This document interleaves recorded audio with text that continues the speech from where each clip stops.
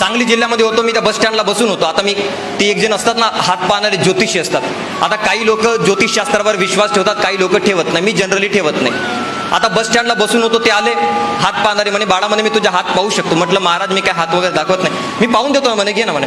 त्या महाराजांनी माझा हात आपल्या हातात घेतला आणि म्हणले बाळा काशी केली वनवाशी केली नशिबी तुझ्या 7.5 आली म्हणे.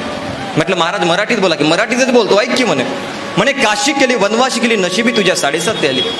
घाबरू नको उपाय सांगतो, एकदा पिंपळाला 10 दक्षिणा घाल, एकदा आईची वाटी ठेव, 101 रुपया दे म्हणे. म्हटलं महाराज 101 रुपया नाही आहे तो, मीच तेवढा लांबून आलो, इकडे माझ्याकडे कुठं असणार. महाराज म्हणाले देऊ नकोस बाळा, मन बघत होतो, पैसा खोटा दगडातला देव मोठा. पुन्हा त्याने हात हातात घेतलं. म्हणे तू लोकांसाठी लई करतो पण तुझ्यासाठी कोणी करत नाही म्हणे.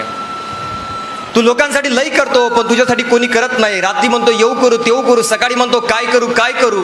तोंडात रसवंती आहे बघ म्हणे, तुझ्या राजकारणात तरी पडू नकोस, आणि पडलास तर सख्या बापावरही विश्वास ठेवू नकोस. 51 रुपये दे म्हणे. म्हटलं 51 नाही आहेत महाराज.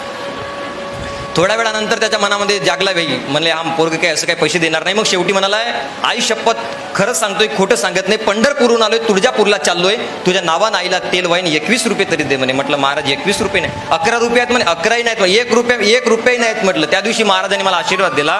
बाळा म्हणे अख्खा महाराष्ट्र फिर म्हणे, अख्खा देश फिर म्हणे, तो शनी तुझ्या काही नाही बिघडू शकेल म्हणे. ज्याच्या खिशामध्ये 1 रुपया नाही का करेल म्हणे शनी बिघडू नाही त्याच्या. पण त्या दिवशी मला एक गोष्ट लक्षात आली.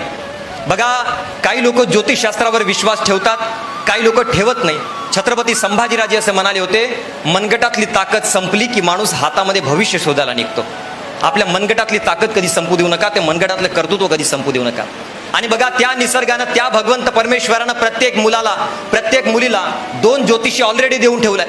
तुमच्या मनातलं जाणणारी तुमची आई आणि तुमच्या भविष्य ओळखणारा तुमचा बाप हे जगातले सगळ्यात मोठे ज्योतिषी आहेत, लक्षात ठेवा.